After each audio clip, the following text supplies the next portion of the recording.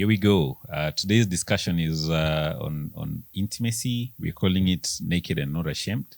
And we'll be really dividing it into a number of aspects. As we know, marriage really is about connecting at a very deep level.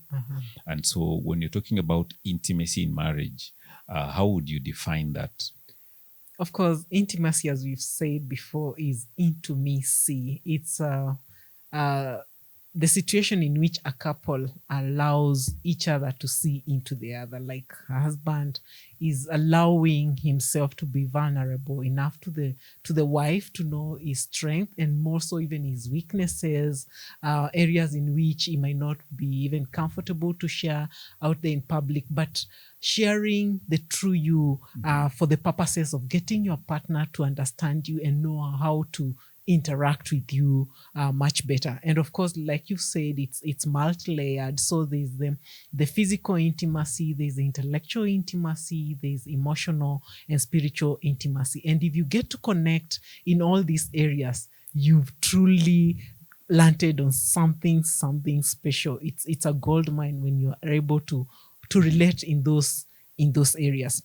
And so if I may just get us started on the physical intimacy, or just being naked and not ashamed. I think this is where it comes in a very literal sense, that as a married couple, you can be able to enjoy each other in a very free way. You can be able to, we say once that private door is closed, whether it's your bedroom or whatever space it is, you can truly bear yourself as you are and be very confident knowing that you're accepted, you are appreciated, that you're loved. So to be physically intimate, of course, this goes just beyond physical, non-erotic touch to actually the erotic touch to sexual intimacy. And it's a very special area in which you actually get to bond. So to be able to be intimate physically, it's very unfortunate in the current culture that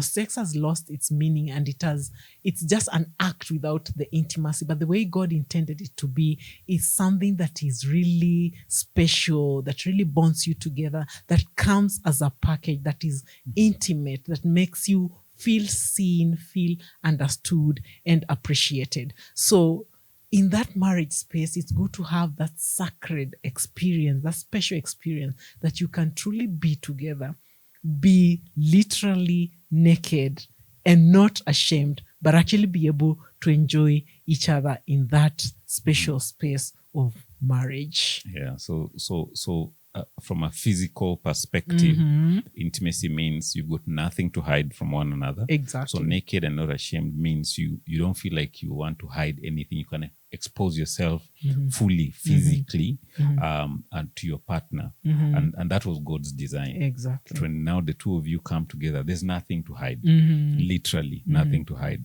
And if we were just to follow that thread from a literal perspective, because I know sometimes as spouses leave and changes occur in the bodies over time, people can start to feel a bit uncomfortable about maybe certain aspects of their physique and just, the natural growing older things. Gravity does its thing. and sometimes we might gain a few kgs over time as we grow older. I know as men, we tend to pack some weight around the midriff, so maybe the abs are not as defined as they were. They move from 6-pack to 1-pack. Yes, and a nice tout. This there are 1-packs that are really tout, like well inflated football. But yes, sometimes people can start to feel just a little uncomfortable with each other. Sometimes for the ladies, I know sometimes there are ladies that feel I don't want my man to see me this way, and men complain that there are some wives who only want to make love in the dark, yet men are very visual creatures. Would you talk a bit about the confidence that is needed getting into that physical, intimate space?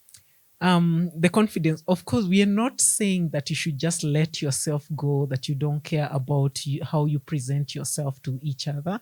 That's very important, but we're also cognizant of the fact that things change, and sometimes for sure you cannot remain the same. Things are going to change, but it's good to ensure that you do not neglect yourself. And confidence, of course, comes in the sense that you know that you're bathed, you're fresh, you brushed your teeth, you're clean, you come to that special physical intimacy feeling fresh. And then, of course, how you dress, how you present yourself is going to determine how confident you're going to feel. So it's very important to have some nice pieces, some lingerie that makes you feel sexy, you know.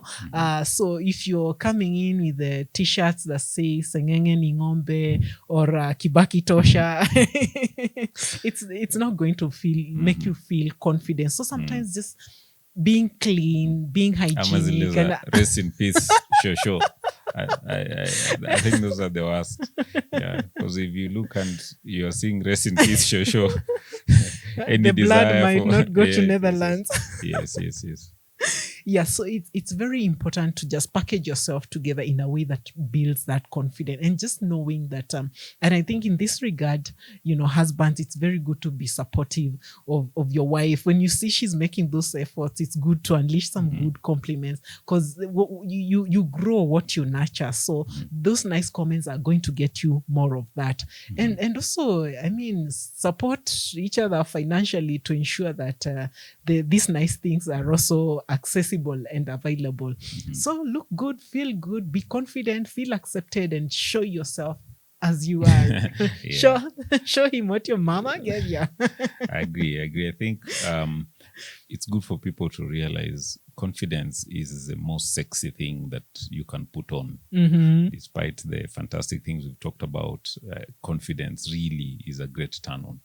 Yeah, on either parties. So naked and not ashamed means you confidently go into that space knowing that you're attractive, knowing that this is our unique space. There is nothing to be ashamed of. There's something we once wrote about called Dada wa Parokia. Essentially, we were talking about the fact that sometimes we're brought up in church culture that stresses what not to do. Without talking about what to do in the right setup. So there are people who sometimes look into marriage and look at physical intimacy as a negative thing. Yeah, it's almost like this is that, not sinful, but this is something that is almost dirty. Yeah, so some people grow up with that, and once they cross over into marriage, they don't make that transition. So physical intimacy is then not done in the beauty that God intended it to be. So we really love to emphasize that sex is God's idea, and it's fantastic. And we say the marital bed should not only be kept holy, it should also be kept busy. Yes, so we know about the holy part because we are told about all the time. But sometimes it's so holy and cold. Yes, very cold. holy and quiet. So we want it busy as well. But yes, so we've talked about physical intimacy. That is just one part of it. But the other bit is now intellectual intimacy. Yes. And I think a lot of people miss this one. And this is very important. Yes. Yeah. You need to connect not only at a physical level, but an intellectual level as well. And that is why I believe it's good to marry someone that you can connect with at this level. And sometimes when people are getting married, you're just looking at the physical aspects, the outward aspects. But then if you want to truly have intimacy with someone over time, you're talking 30, 40, 50, 60 years down the line. Till death do you This part. has to be someone you enjoy talking to. It's someone who's the way they think, the way they process information, the way they access their intellectual abilities and express themselves, the way they go through material and process it and give their own views. It should be something that you admire. And so for me, like I love how you think, and I love the conversations that we have, even when we are disagreeing. Just the fact that you bring in certain angles that I had not thought about. So I feel like when we talk, there's something more that I get to learn beyond what I knew. You're adding to what I know. You're challenging me. We're challenging one another, but we are growing at an intellectual level together. So it's important for couples to find ways in which they can interact at an intellectual level. One of the things like we like to do is read certain books at the same time and exchange notes. Then exchange. So what did you learn here? What did you think about this? Then it becomes a very fruitful engagement and discussion. Or if you're working on some material, like both of us have been doing a lot of book writing lately. So when you're writing your book and you're throwing some ideas by me, what do you think about this? I want you to bring out this point. What do you think? And we exchange that. That is really part of the intellectual intimacy when we are allowing the mental side, our intelligence to shine through in the platform of relationship. Yeah. And that also means that you get to enjoy your spouse's unique giftings, if they have the artistic sense or they're into sciences.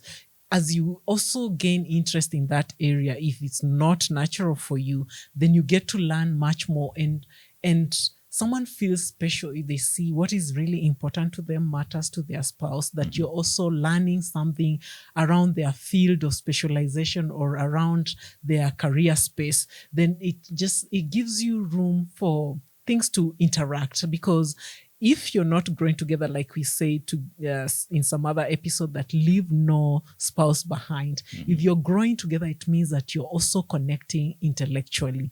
That actually, as you're rising up, your spouse is rising with you, and then you get many other areas that when you sit together, you have something to talk about. Your conversations are never boring. There's something exciting to learn from each other, and to grow. And we actually sort of educate each other, because when I'm learning something new, I'm excited about it. I'm sure when I talk to you about it, you're going to find it exciting. Then you bring another angle into it. It's like two people looking at the same thing from different angles, and it just brings a new perspective to the relationship and makes it exciting. As much as we say that many times people are drawn to the physical intimacy, it takes very little of your time.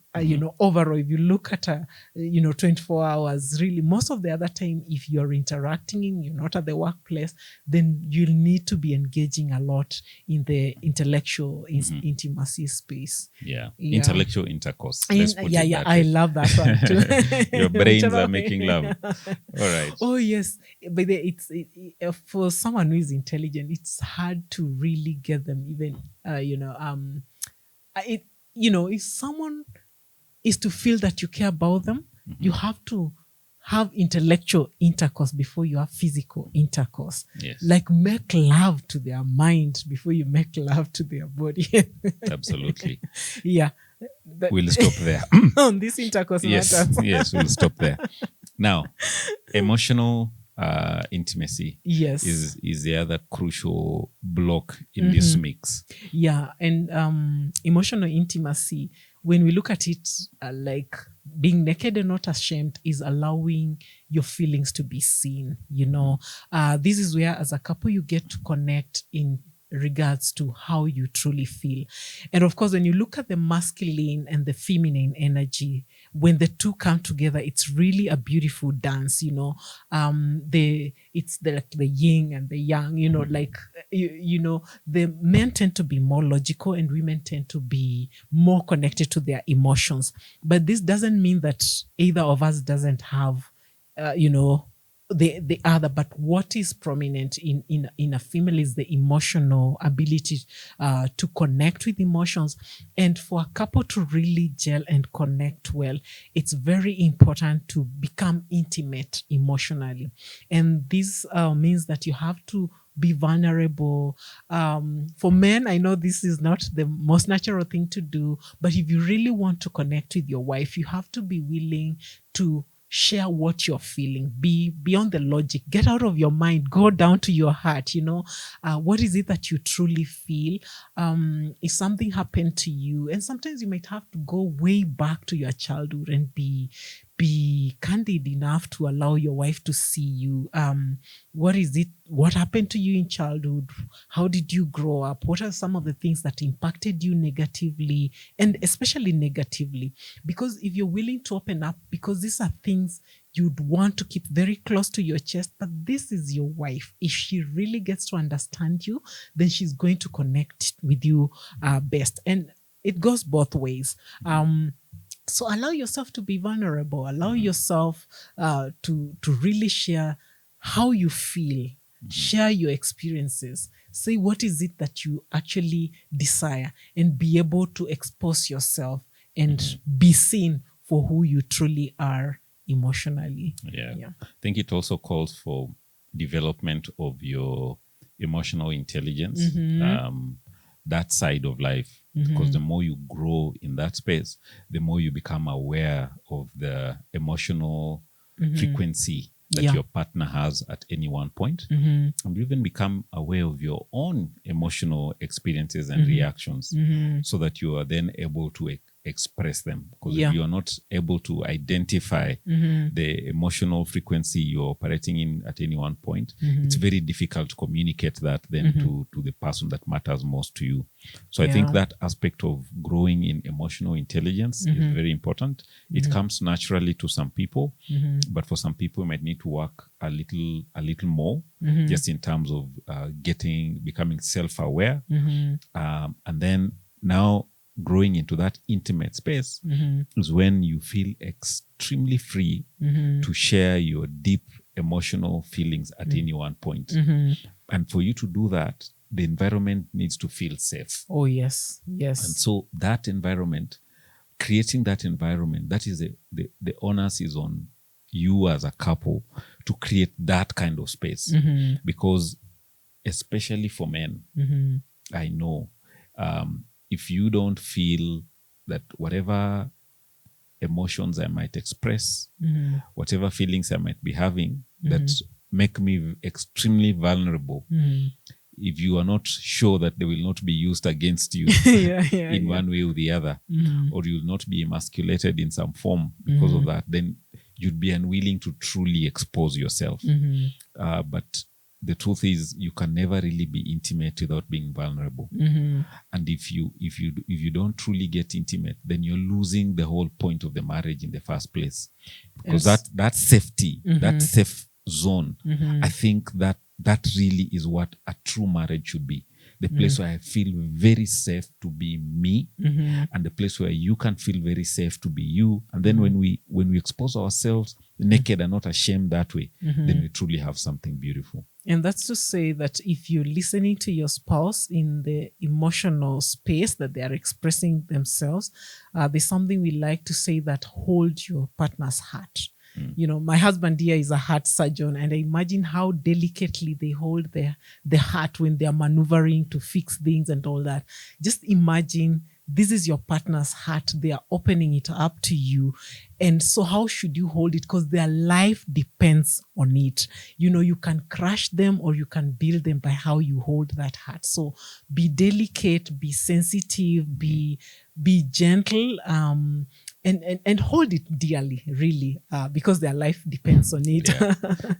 Yes. So it's very important to be sensitive to each other.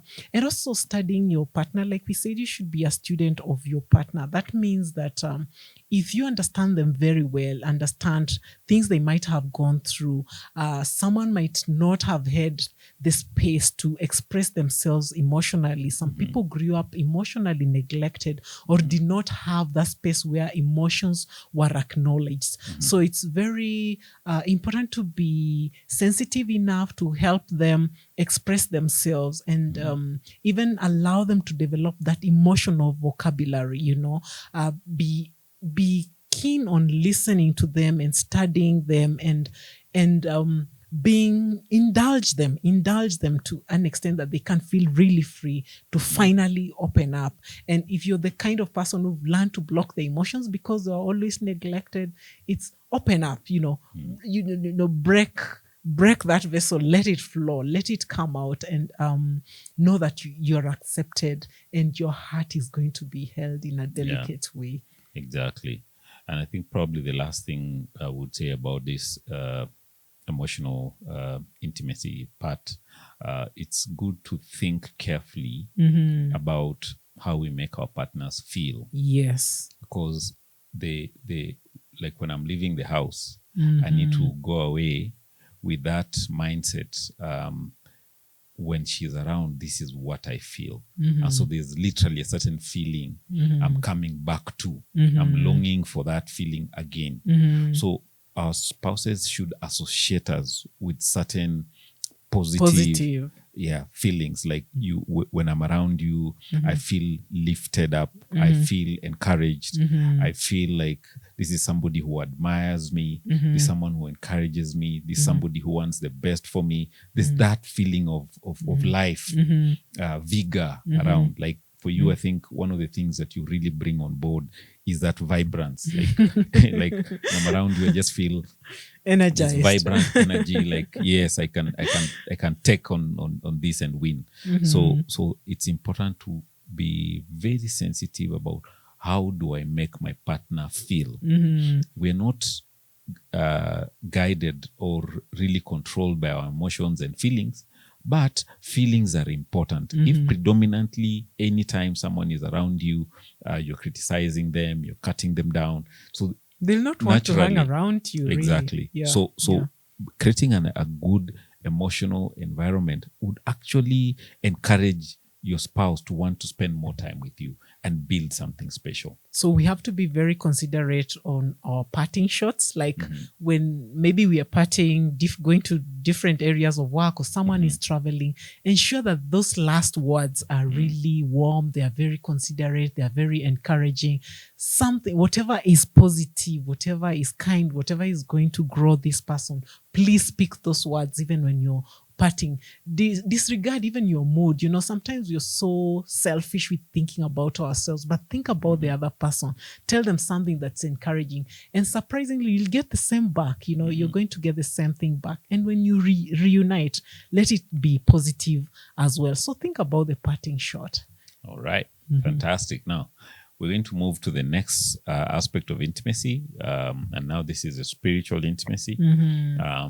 We touched on this in another episode, but just to emphasize that the deepest level of intimacy you can have with someone is spiritual intimacy.